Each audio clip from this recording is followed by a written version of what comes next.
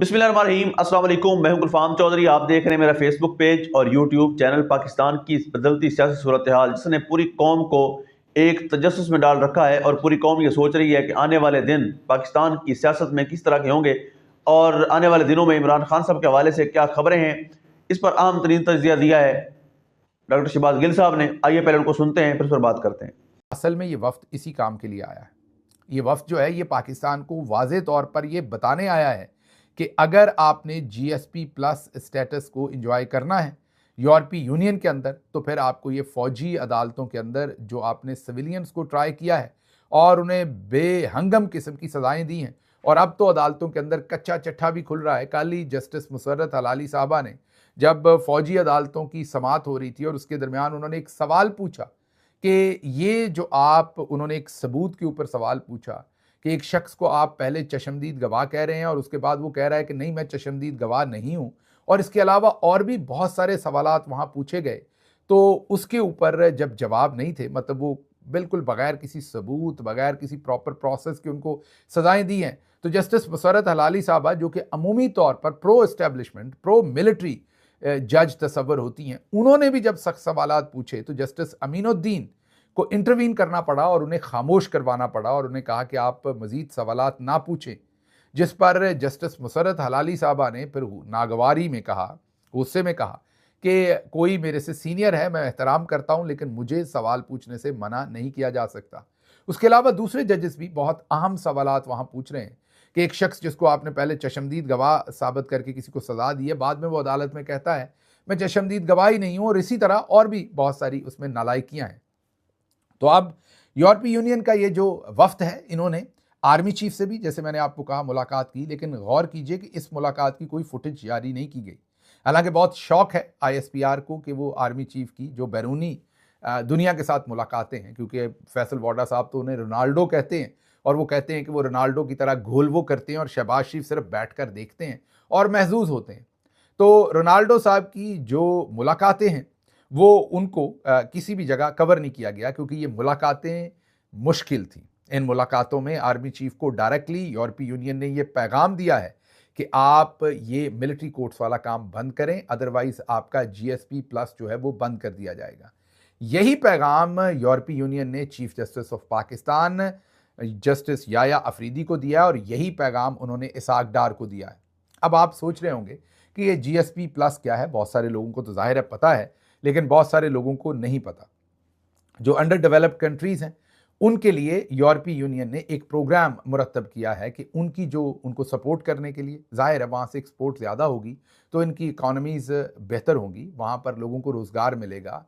Export ज़्यादा होगी, लोग एक्सपोर्ट की फैक्ट्रीज़ में काम करेंगे तो उन्हें ज़रिया माश भी बेहतर मिलेगा। इन कामों के लिए उन्होंने इन कंट्रीज़ को सस्ते दामों मीन कम टैक्स के ऊपर अपने मुल्कों के अंदर एक्सपोर्ट करने की इजाज़त दी है। जाहिर है यूरोप के अंदर तो इंपोर्ट होगी और पाकिस्तान से एक्सपोर्ट होगी।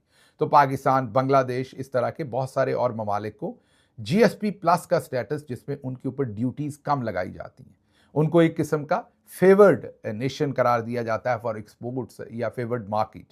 तो पाकिस्तान को भी जीएसपी प्लस स्टेटस मिला हुआ है, जिसमें पाकिस्तान की जो एक्सपोर्ट्स हैं वो आराम से मीन कम ड्यूटी पर जा सकती हैं। हमारी एक्सपोर्ट का टोटल तकरीबन 60% टेक्सटाइल से आता है और यूरोप जो है वो हमारा एक बड़ा बायर है टेक्सटाइल एक्सपोर्ट जो हम करते हैं। लेकिन दूसरी तरफ खबर आपको ये भी याद रहे कि 568 टेक्सटाइल फैक्ट्रीज में से ऑलरेडी 187 फैक्ट्रीज पिछले 2-3 सालों में बंद हो चुकी हैं, जिनमें से 147 फैक्ट्रीज जो हैं वो सिर्फ पंजाब में है। अब आप पहले तो जो फैक्ट्रीज बंद हो रही हैं ये जीएसपी प्लस के साथ, जी हाँ, जीएसपी प्लस पाकिस्तान के पास है, मीन यूरोपीय यूनियन में हम सस्ते दामों एक्सपोर्ट कर सकते हैं, हमारा ये एक एडिशनल कंपैरेटिव एडवांटेज है। उसके बावजूद 568 में से 187 टेक्सटाइल मिल्स जो हैं वो बंद हो चुकी हैं। ये तकरीबन को 35% नंबर बनता है।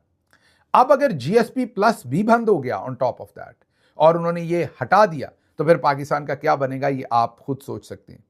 जीएसपी प्लस जब यूरोपीय यूनियन किसी को देता है तो साथ ये मुआहदे करता है कि आप इंसानी हकूक़ की खिलाफ वर्जी नहीं करेंगे, आप फ्रीडम ऑफ स्पीच को कर्टेल नहीं करेंगे, डेमोक्रेसी के खिलाफ काम नहीं करेंगे, और पाकिस्तान में वो तमाम काम हो रहे हैं।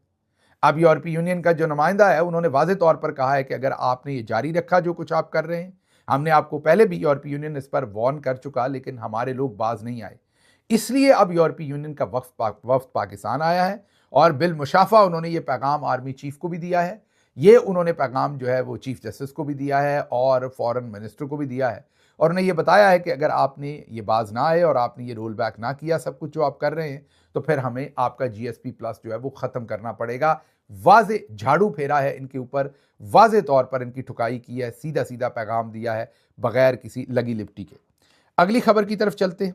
अगली खबर जो है वो इमरान रियाज खान बरतानिया पहुंच गए हैं और उनके बारे में बहुत सारी क्या सराहियाँ हो रही हैं। वो अमेरिका जाना था, बरतानिया चले गए, क्यों चले गए, किस तरह चले गए। मैं तकरीबन उनके साथ 2 महीने से राब्ते में हूँ, पहले से भी राब्ते में हूँ, लेकिन 2 महीने पहले से वो तकरीबन पाकिस्तान से जा चुके हैं।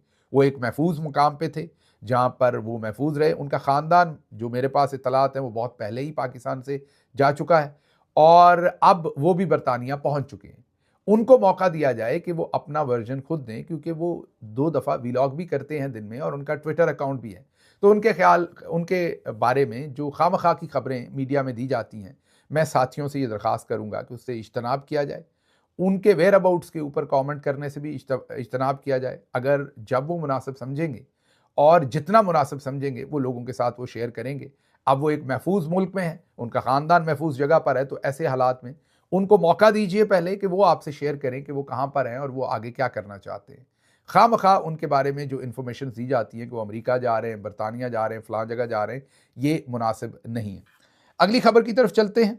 अगली खबर, नकवी साहब अपना दौरा, कामयाब तरीन दौरा अमेरिका के बाद, अपना दौरा अमेरिका के बाद वज़ीर आज़म को इन्फॉर्मेशन देते हुए देखे गए हैं। जी हाँ, ये जो कामयाब तरीन दौरा है उनका, इसमें एक चीज़ उन्होंने छुपाई हुई है जो हमारे पास रिपोर्टेडली इन्फॉर्मेशन है अंदर के ज़राए से, कि ये एक खुफिया दौरे पर गालिबन मैक्सिको गए हैं।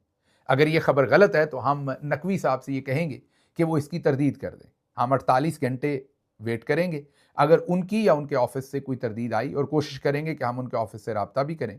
अगर उनकी तरफ से कोई तरदीद आई तो ठीक है, अगर तरदीद ना आई तो फिर हमारे पास जो खबर है, मज़ीद खबर ये कि वो मैक्सिको में क्या करने गए थे, ये दौरा खुफिया क्यों था, और ये जब वो ह्यूस्टन की तरफ गए तब वो मैक्सिको में छुप के क्यों गए, और वहाँ पर उन्होंने कितना वक्त गुजारा, किससे मिले, क्या करते रहे, वो इन्फॉर्मेशन हमें ज़ाहिर है एक सोर्स ने फीड की है। हम उन तमाम इन्फॉर्मेशन को देने से पहले कि वो दुरुस्त हैं या गलत हैं, नकवी साहब को मौका देते हैं कि वो तरदीद करें कि वो मैक्सिको नहीं गए।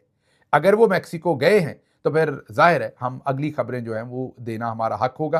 तो हम 48 घंटे वेट करेंगे, उसके बाद नकवी साहब का जो मैक्सिको का दौरा है उसको कवर करने की कोशिश करेंगे। लेकिन वापस आए हैं तो वज़ीर आज़म को उन्होंने अब बैठकर फॉर्म 47 के दोनों भाइयों ने बैठ के एक दूसरे से जो है वो अपनी दिल की भड़ास निकाली है, और नकवी साहब ने बताया है कि वहाँ पर हालात बहुत मुश्किल हैं। जो पाकिस्तानी डायस्पोरा है उन्होंने बेहतरीन और बहुत ही ज़्यादा काम कर रखा है, और अब तो नकवी साहब के ऊपर ट्रैवल सैंक्शंस भी। जी बिल्कुल, जिस तरह से आपने सुना, डॉक्टर शहबाज गिल साहब ने इस पर डिटेल से बताया कि इस वक्त पाकिस्तान तहरीक इंसाफ के हवाले से क्या अपडेट्स हैं, इमरान खान साहब के केसेस के हवाले से क्या अपडेट्स हैं, और पाकिस्तान की सियासी सूरत हाल में सियासी जमातों का क्या किरदार है, कौन कहाँ पर खड़ा है। और ये सुनने के बाद यकीनी तौर पर जो पाकिस्तान का सियासी सिनेरियो है वो वाज़ेह हो जाता है, और लगता ये है कि आने वाले दिन पाकिस्तान की सियासत में बड़े अहम तरीन साबित होने जा रहे हैं, और आने वाले दिनों में बहुत बड़ी तब्दीलियाँ मुतवक्के हैं। अल्लाह पाक वतन अजीज़ का हामी और नासिर हो। पाकिस्तान जिंदाबाद।